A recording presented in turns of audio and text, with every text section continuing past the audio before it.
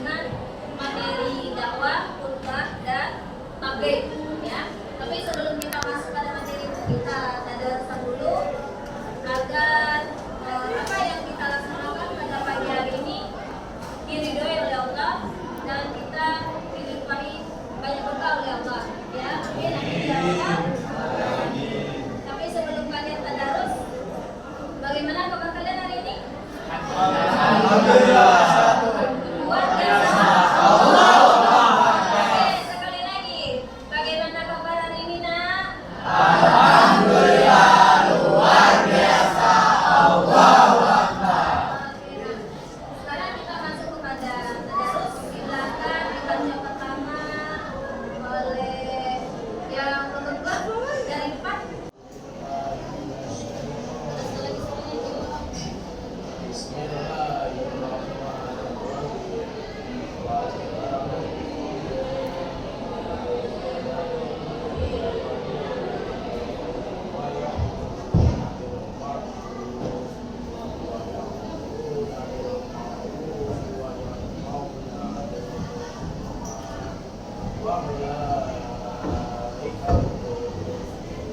Oke, yang perempuan ya silakan.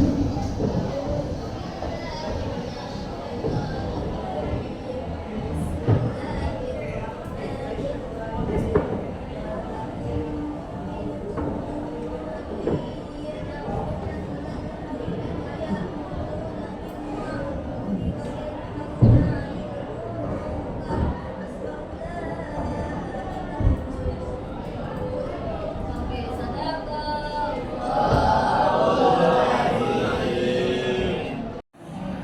Oke, baiklah anak-anak semua, sebelum kita mulai pelajaran pada hari ini, ada bagusnya kita breaking dulu ya untuk melepaskan rasa penat, rasa lelah ya. Oke, kita semuanya untuk berdiri. Ingatkanlah agar pegang kata kunci ya. Pegang kata kunci. Oke, 3B. Ya, 3B ya, nah ingat 3B. Kalau misalnya kita, ibu bilang pegang kepala ya. Kalau ibu bilang batuk, pegang mulut. Kalau ibu bilang batik, pegang baju. Oke?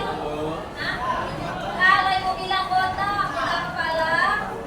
Kalau ibu bilang batuk, pegang mulut. Kalau ibu bilang batik, pegang baju. Oke, ingat ya, botak, batuk, batik. Oke, kita mulai. Bisa kita mulai. Sampai ibu yang laki-laki tidak bisa mulai. Siap, Bu. Batuk, botak, batuk, botak, batik, batuk, batik, botak, batuk, batik. Oke, terima kasih.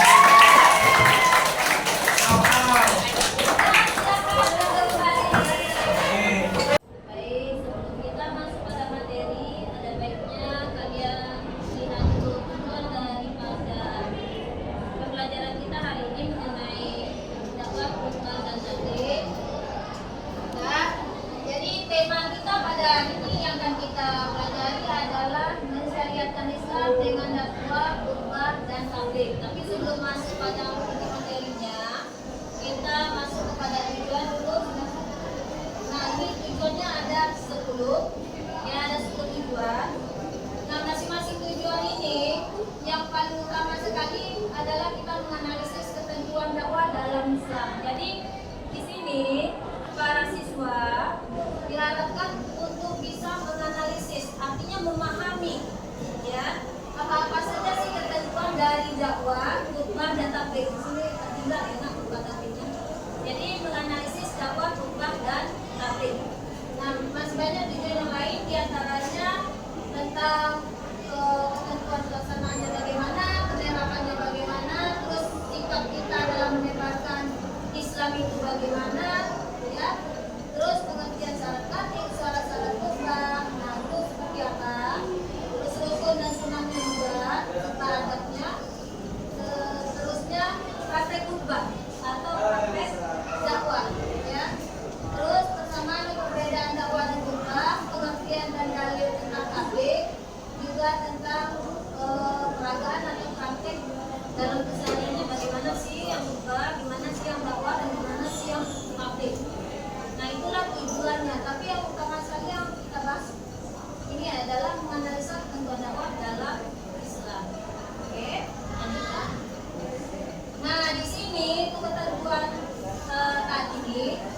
kita ambil dulu pengertian sebelum kita memahami ketentuan. Ya. Di sini kita bisa lihat bahwasanya pengertian dakwah itu adalah berarti memanggil atau mengajak. Ya, kita panggil orang atau kita ajak orang, ajak mana? Ajak ke jalannya Allah. Ya. Terus sedangkan khutbah kita ingat pidato atau ceramah. Ya. Berbentuk pidato atau ceramah. Nah, kalau yang khutbah ini itu ada terdiri dari dua khutbah. Khutbah pertama penyampaian pesan, khutbah kedua doa untuk seluruh umat Islam. Terus yang ketiga tabligh, ya. Tabligh ini berarti menyampaikan, artinya kita menyampaikan pesan-pesan tadi ya nak yang kita baca bersama sebagai dalil khutbah, tabligh dan dakwah itu. Lanjut ke. Nah, inilah masuk ketentuan ya. Ketentuan dakwah, khutbah dan tabligh. Apa syaratnya? Mana syarat termasuk ketentuan. Jadi syarat ini hendaknya dipenuhi oleh yang memberikan dakwah atau yang menyampaikan dakwah dan juga yang menyampaikan khutbah. Nah, di sini ada 5 ya nak, bisa sama-sama kita lihat ya. Di antaranya pemberian teladan yang baik, memahami objek dakwah. Maksudnya objek dakwah di sini orang yang akan kita dakwahi. Kita harus lihat dia dulu. Apakah orangnya sudah banyak ilmu agamanya atau masih sedikit? Terus yang kedua, kita lihat umurnya. Dalam menyampaikan dakwah, kadang kita nggak bisa lama-lama menceramai dia, karena dia nggak sanggup duduk lama atau tidak sanggup berdiri lama kalau kita mendakwahi dia secara langsung, ya. Nah, jadi harus dilihat umur. Terus kenapa juga harus dilihat umur? Mana tahu dia umurnya masih sangat muda, jadi ilmu agamanya belum terlalu banyak. Nah, itu untuk menentukan kira-kira materi seperti apa yang harus kita sampaikan kepada orang yang umurnya misalnya di bawah kita, setara dengan kita, dan di atas kita. Nah, itu harus kita perhatikan. Ya, jadi itulah yang objek orang yang akan kita ceramahi. Terus berani dan tegas. Jadi di sini yang akan berceramah kita harus berani menyampaikan pesan-pesan agama. Jangan ada rasa takut. Kalau kita merasa benar apa yang kita sampaikan sesuai dengan ajaran agama, kita sampaikan, walaupun cuma satu ayat, ya, karena itu bernilai ibadah bagi hidup kita. Terus tegas. Tegas maksudnya di sini kita tidak main-main, ya. Ibaratnya kita nggak main-main di situ. Kalau ada waktunya kita harus menyampaikan pesan yang benar-benar pesan sesuai dengan agama. Nah, jangan dibawakan seperti bergurau. Serius kita menyampaikan. Karena dalam berceramah ada saatnya kita selipkan gurauan, ada saatnya kita serius. Agar para pendengar atau objek dakwah mengerti apa yang kita sampaikan. Karena kalau melulu kita bergurau, ya selipkan gurau terus, maka si objek dakwah tak bisa mengambil kesimpulan apa yang kita sampaikan. Paham saya? Oke, kita lanjut. Memiliki ketabahan dan kesabaran. Nah, di sini itu perlu, ya.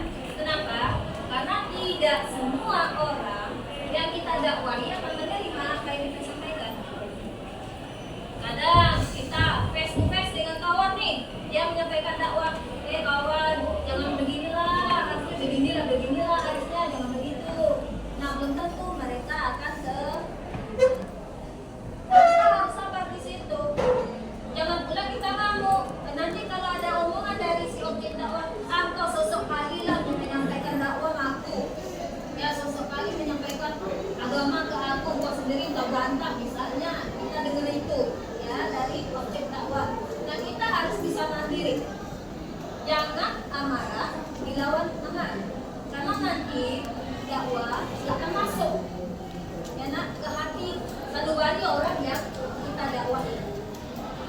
Ya, jadi kita harus sabar dan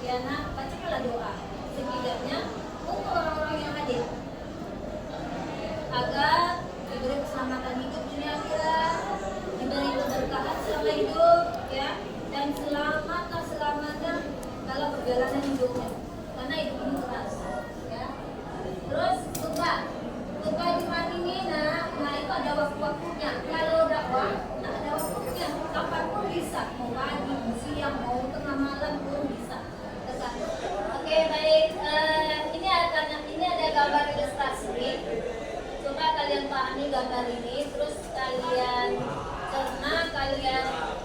curahkan ke kertas, nanti gue kasih kertas ya. Kira-kira apa yang kalian ketahui dari gambar ini yang bertuliskan dakwah bilisan, terus gambar yang ini yang bertuliskan dakwah bin tanwin atau bitawah, dan gambar yang partias Quran yang bertuliskan dakwah bil haq. Oke, silakan duduk berkelompok sekarang. Dan silakan duduk berkelompoknya masing-masing. Silakan sayang.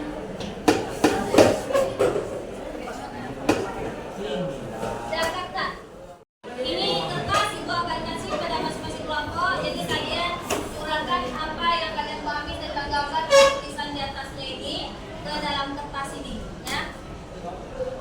Ke tiga gambar itu masing-masing kelompok, oke? Apa yang kalian pahami di situ?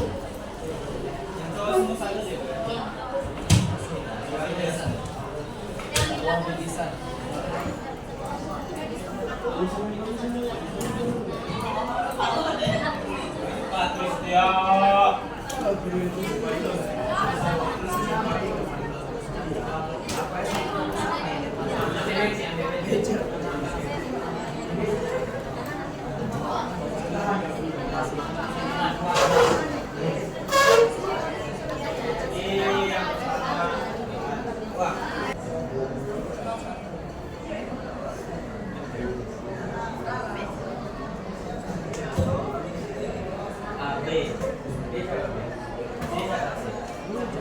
Oke, Rina, sekarang setelah kalian mempresentasikannya dengan kawan-kawanmu, ada baiknya kita memaparkan ke depan hasil daripada diskusi kelompok. Silakan kelompok satu maju. Baik, langsung saja. Tadi kan sudah ada kan gambar-gambar yang kita berikan juga dakwah. Nah, di sini kami gunakan kesimpulan analisis dari ketiga dakwah tersebut. Yang pertama ada dakwah bil lisan.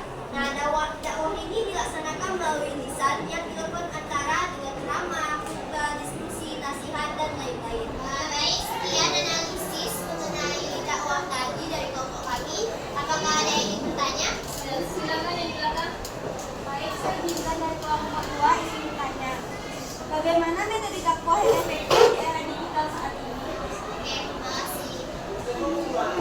Baik, saya akan menjawab pertanyaan dari Bintan, yaitu pertanyaannya, bagaimana metode dakwah yang efektif di era digital saat ini? Jawabannya adalah dengan penggunaan media sosial yang menarik berupa video dan interaksi yang streaming. Baik, assalamualaikum warahmatullahi wabarakatuh. Waalaikumsalam warahmatullahi wabarakatuh. Ayo kita kasih aplaus.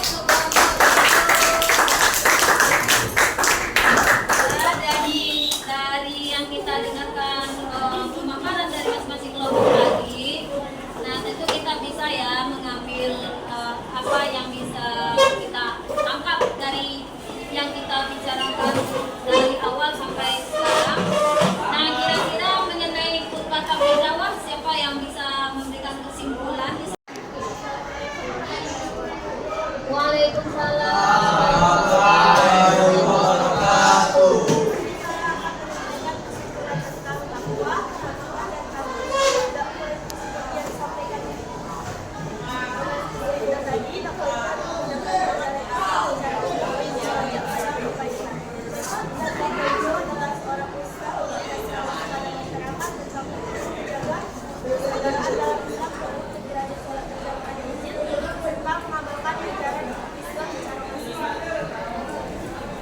Oke, kita kasih aplaus.